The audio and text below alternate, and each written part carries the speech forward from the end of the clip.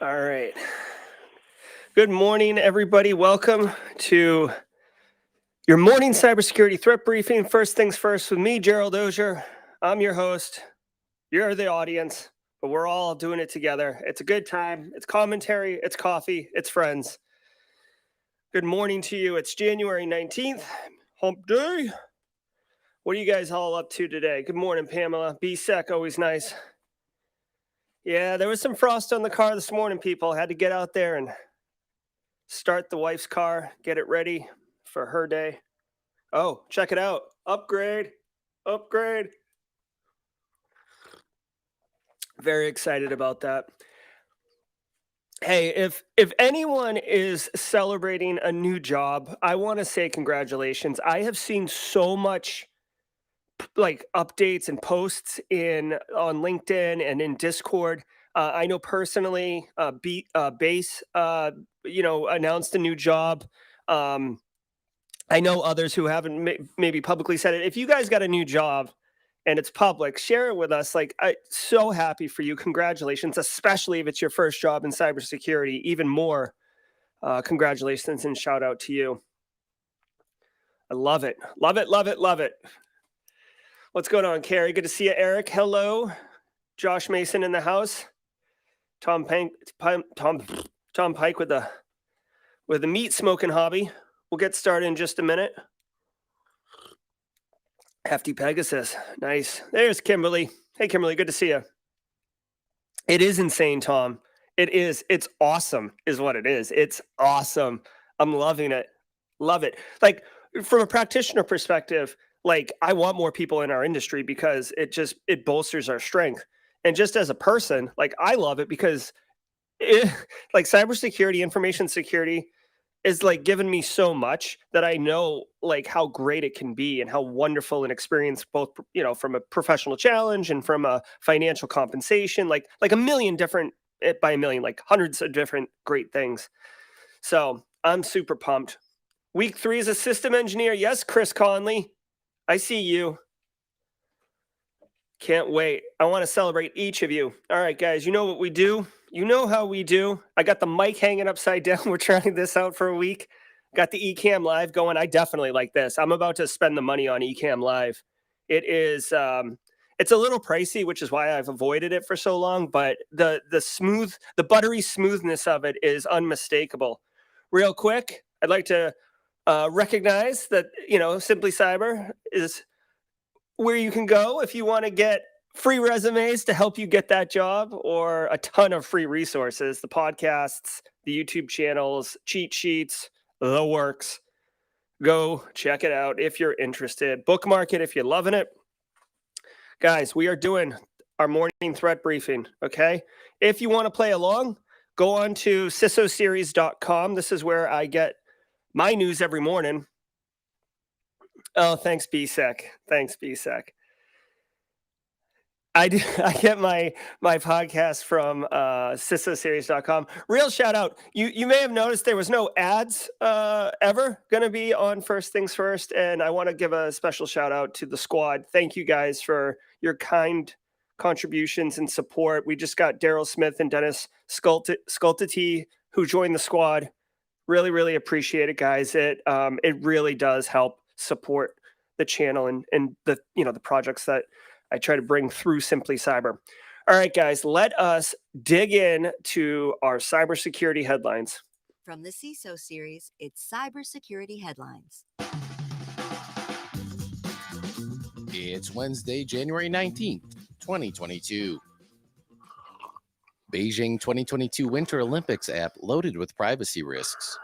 The official app for the Beijing 2022 Winter Olympics, dubbed My 2022, was found to have numerous security and privacy issues, including the app's encryption system leaving data susceptible to man-in-the-middle attacks. The app is also subject to censorship and has an unclear privacy policy which violates both Google's and Apple's guidelines, yet it is available in both of their stores. To top it all off, the app also violates China's own privacy laws. Finally, the app collects a slew of sensitive personal information from both domestic and foreign users, all of which is shared with the Beijing Olympics Organizing Committee. All athletes, members of the press, and the audience will be required to install the app and add their personal information to it. Oh, wow. Okay, so really interesting. Um, there's an app for that apparently. Beijing 22 Olympics starts in like 16 days. I'm super pumped. Personal note, real quick before we get into the story. I love curling. I've never done it. I find it so entertaining to watch. Like women's gymnastics in the summer, men's and women's curling in the winter. I'm all in on it. Listen, as far as this app goes, um, it was probably hastily rushed out. My initial thought was that China, which is a major surveillance state of its citizens and has very strict guidelines around um, like lack of privacy, frankly. So I thought for sure that that's what was at play here, but it actually says that the security researchers who found the flaws believe that it was unlikely that China actually introduced these flaws intentionally because of they would be the recipient anyway. So there'd be no reason to do that. Plus, in China, there's a law, as far as I know, fact check me on this, but as far as I know, there is a law that says any software written in China has to be the source code has to be made publicly available at the request of the government if you're going to sell it in China. Um, if I had to guess, this was just a hastily rushed out app, probably by a small dev team, like 2 or 3 people, with zero testing involved. They may have even tried to like cobbled together a couple Stack Exchanges or GitHub repos. Anyone in chat who does software, knows what I'm talking about. Where like if you open the hood and look, it's a lot of bubblegum and duct tape under there. So this isn't surprising, but at the end of the day, whether it's the Winter Olympics app or it's whatever app, be mindful of what you're doing with it, and be prepared to accept the risk of these things happening. Unfortunately, it's a reality in 2022. Morning, Candace, good to see you.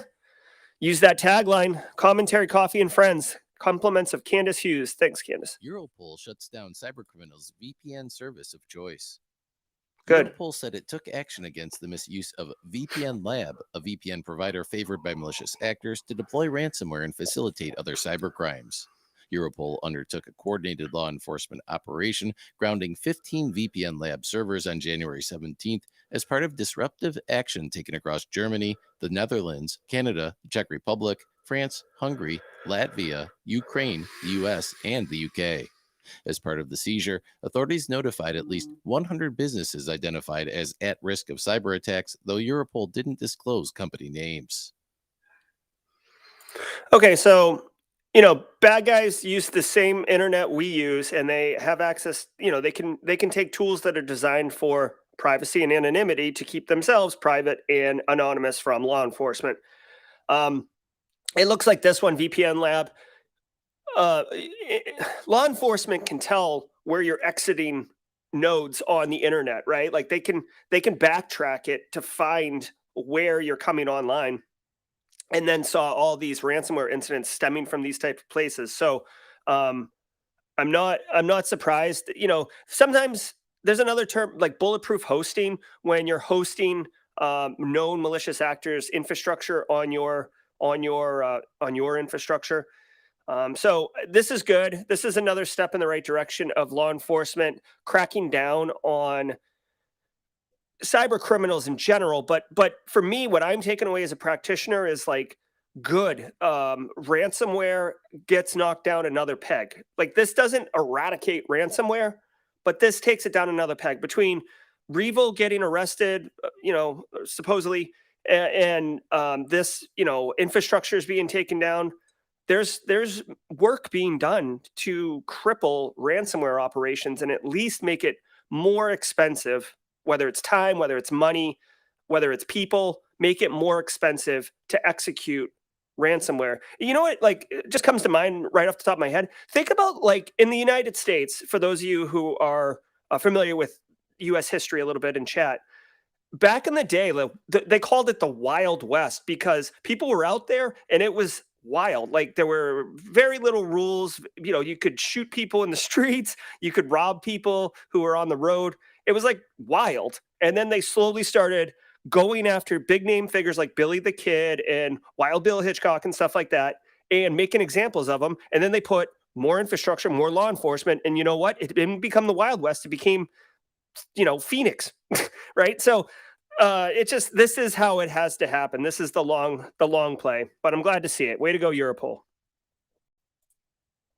Newspaper accuses Israeli police of spying on its own citizens. The prominent Israeli financial newspaper, Calculist, has reported that Israeli police used the controversial NSO group spyware to hack the cell phones of Israeli citizens without judicial oversight, including activists protesting former Prime Minister Benjamin Netanyahu. The report represents the first allegations of Israel targeting its own citizens with NSO spyware. The journalist who reported the story, Tomer Gannon, tweeted, quote, "Blatant and illegal intrusion of the privacy of citizens without court orders. This is not how a democracy works," end quote. Mm-hmm. Israeli police said they employ legally approved cyber surveillance tools, but have not confirmed or denied using NSO technology. Okay, so hopefully, I just want to make sure you guys can hear me and see me, right? I'm getting all sorts of messages. I can't, like, sometimes Base is in modding and I'm like, yelling into a void or something like that. Okay, I don't see any mod chat. Listen to me. So a couple things to point out here with this story. First of all, we got to take a hard look in the mirror, okay? Honestly, because I had this discussion on Discord yesterday, we have to remember, guys, that we talk about China and Russia and Iran and parts of India and North Korea as like these like Axis power, these APTs, these military backed threat actors. But we got to be honest, people, like the United States is also one of these, right? Equation Group, NSA, like we have these capabilities and we use them on our adversaries. Israel, an ally of ours, and by the way, really good at cybersecurity. We don't portray them as threat actors, right? But everybody's got an agenda, everybody's got their own political motives and stuff like this. So nobody is exempt or clean from being, the good guys, right? I mean, if they're helping our agendas, then they're good guys. But I just wanted to point that out because I feel like we often smear the other ones and we don't really look at ourselves very often. Now, check this out. If Israel is using NSO Group's Pegasus software, which if you don't know what Pegasus software is, go Google it. It will blow your mind. Okay, it's a 0-click iPhone takeover super exploit, right? It's a weapon, is what it is. Okay, they're using it to spy on quote unquote dissidents or enemies of the state, people who are questioning the authoritative regime of the country, and in this case, Israel, right? Questioning the leader of Israel. Not cool, right? You should be able to have open discourse with citizens, with the populace, with the republic, right? Be able to talk through things diplomatically and not try to spy on your citizens. What I do find interesting is that Israel would use NSO Group's Pegasus software only because I feel like Israel is a cyber superpower. I wouldn't be surprised if they had a different, similar capability in their arsenal. So for them to go buy NSO Group Pegasus, which is like kind of radioactive right now because it's so in the news, seems a little, I don't know, I don't want to call it lazy, but short-sighted or not a great idea. Long story short, Pegasus is out there. It's a real capability, and it's used by nation-state threat actors to spy on really anyone they want, but usually people who are questioning the authority of the regime. All right. Russian government arrests rival ransomware gang members. Russia's Federal Security Service says it has arrested more than a dozen members of the infamous REvil ransomware group following police raids at 25 addresses. Authorities seized more than 426 million rubles and more than $1.1 million, along with cryptocurrency wallets, computers, and 20 luxury cars. The Russian operation follows recent pressure from the Biden administration to take action against Russian cybercrime. John Bambenek, principal threat hunter at NetEnrich, explained, quote, "Russia acting on any cybercrime report, especially ransomware, is especially rare," end quote. He then added, quote, "It is doubtful that this represents a major change in Russia's stance to criminal activity within their borders," end quote. Yeah. So much like how this story only has one sentence to it, I'm not going to spend a terrible amount of time because we have been talking about this all week, and this is not a new development, right? Basically, Russia arrested what is believed to be the brains of the REvil ransomware gang. It's unknown whether or not they arrested patsies, whether REvil will rebrand, whether the code is out there and someone will take over the mantle, or if it'll actually have something. I went on a live stream on a different channel, had an in-depth discussion about this. The only thing I could think of, because it is out of character for Russia to take down a ransomware gang that's operating inside their borders, as mentioned in the story.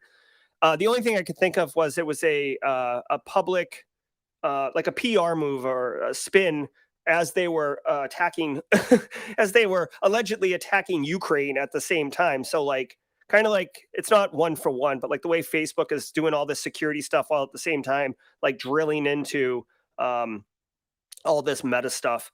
It could have been hey, look over here, let's look over here. So, but that's all you need to know. That REvil got taken down again. Win ransomware getting knocked down. Like it's not. There's not going to be one silver bullet that takes out ransomware. It has to be this slow, coordinated. Oh boy, holy crap, that's loud. Hopefully you guys didn't hear that. Wow. All right. And now, SafeBreach researchers have found that the popular online service for analyzing suspicious files, URLs, and IP addresses can also be used to collect credentials stolen by malware.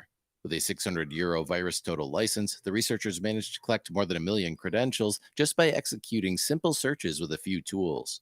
Common ways such files can end up in VirusTotal include hackers using VirusTotal to promote selling victim data, or third parties who have their environments configured to automatically upload files to VirusTotal to verify that they're clean. The researchers noted, quote, "Our goal was to identify the data a criminal could gather with a VirusTotal license," end quote, and added that they have proven that this method, dubbed VirusTotal hacking, works at scale.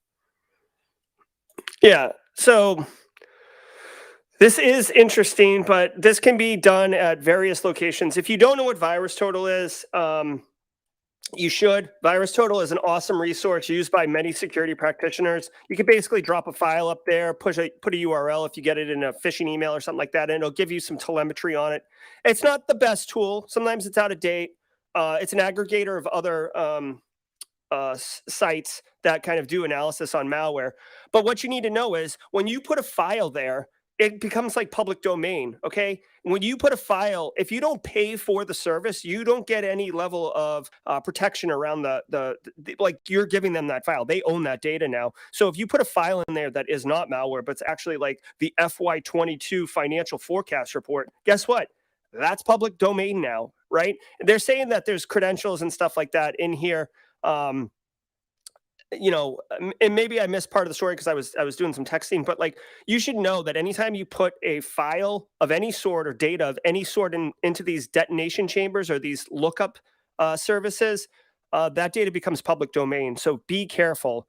I often personally have, I don't want to say struggles, but like before I push something in Integer or any.run or VirusTotal or any of these things, I definitely make sure that I have high confidence that it is not a false positive, right?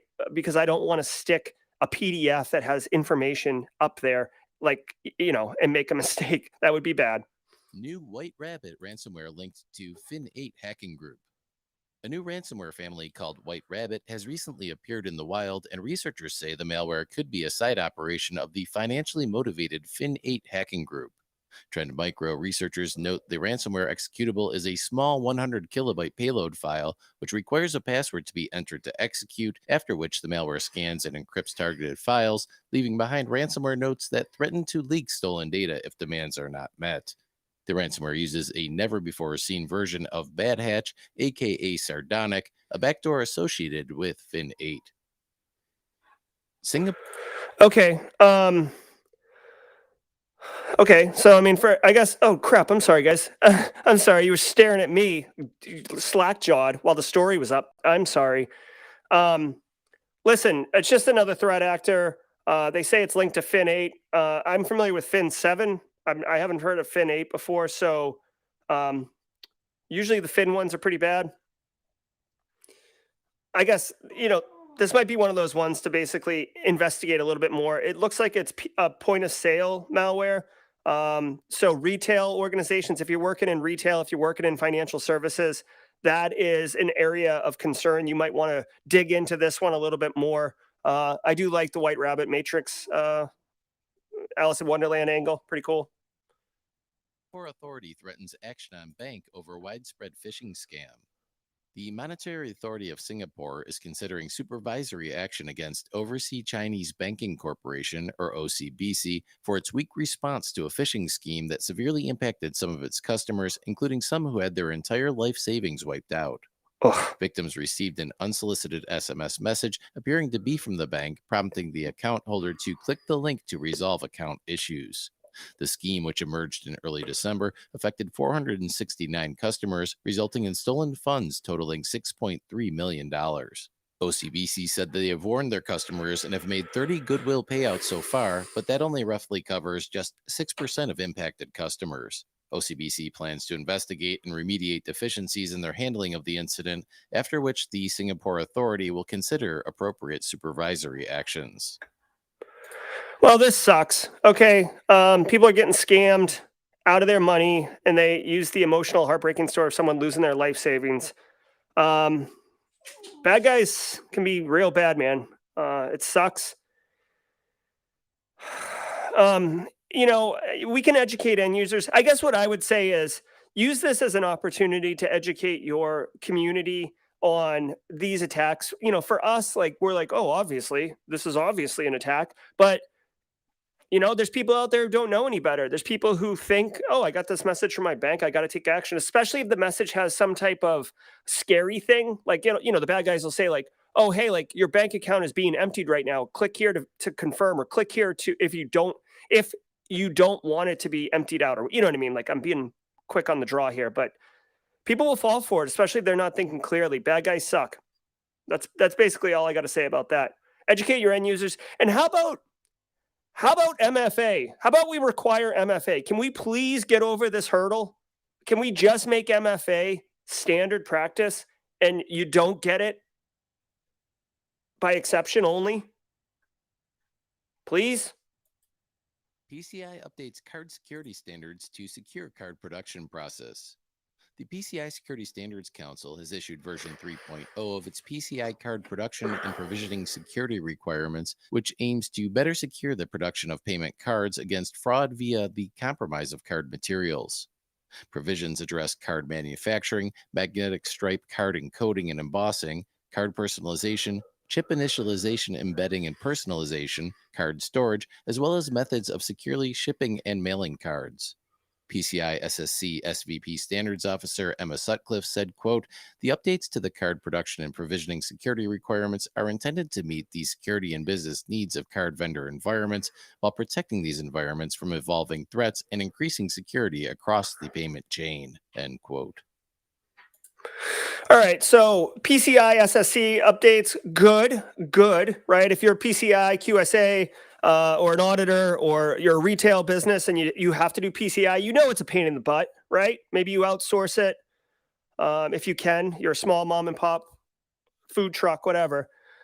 Listen, I'm glad that the security standards are getting better, but I will say I'm very happy, at least in the United States, that I'm not even it's wicked inconvenient. It's super inconvenient when your credit card gets stolen. But I am really happy that the financial services companies, your Visas, your MasterCards, your Amexes, they're so smart with their AI and machine learning on your spending habits and stuff that they are willing to accept the liability of fraudulent charges on your account. If you've ever disputed a charge on your account, that they're like, no problem, take it back, right? And yeah, you could do some fraud if you wanted to be a bad guy.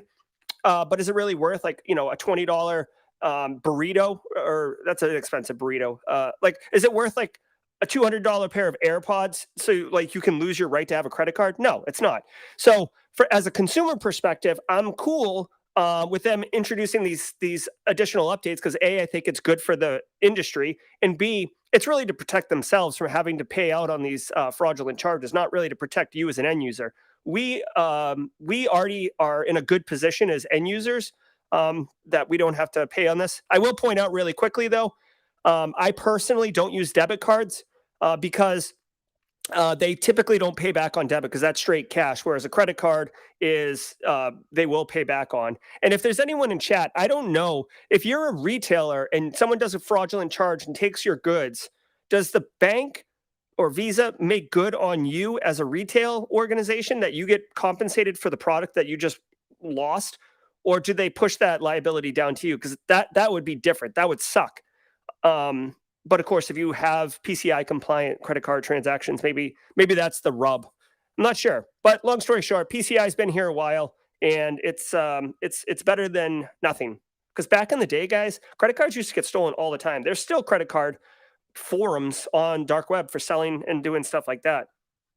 So. And that does it for today's cybersecurity headlines. All right, that does it for today's cybersecurity headlines, guys. Real quick reminder, I'm loving this. On Thursday, let's actually show you my screen. I got to get better at that. On Thursday, we are doing our Simply Cyber live stream at 4:30 p.m. Eastern Standard Time. We're bringing on Dave Klein, talking about how you can't patch all the you can't patch everything, guys. You could have Windows XP in your environment. It's gross, but there's a reason why it's there, right? Also, when Proxy Shell comes out and you got Exchange servers facing the internet for OWA, and you know what I mean? It takes time to patch them. It's not that you can't patch them. It's that you don't have the time to patch them in a way when they're actively being exploited. So he's going to come on. We're going to talk about how you can prioritize vulnerabilities in your environment. What is first party control, third party control, a million different things, guys. It's going to be like a threat and vulnerability management discussion, and it's going to be a good time. So if you're not into good times, you probably want to do something else. But if you are into good times, come hang out with us. Guys, my name's Gerald Auger. This is your morning cybersecurity threat briefing. Thank you so much for being in chat. If you found value in this, share it with someone else who would actually also gain value out of it. We have a great time. The coffee's flowing. The conversation's great. Sincerely appreciate it. Tomorrow, guys, 10 a.m., because I'm teaching tomorrow. We'll be back at 10 a.m. Come join us. And until next time, stay secure. Let me get this outro. I got to get better at all this stuff. I'm decent at cybersecurity. I'm meh at live streaming or podcasting. Cheers, everybody.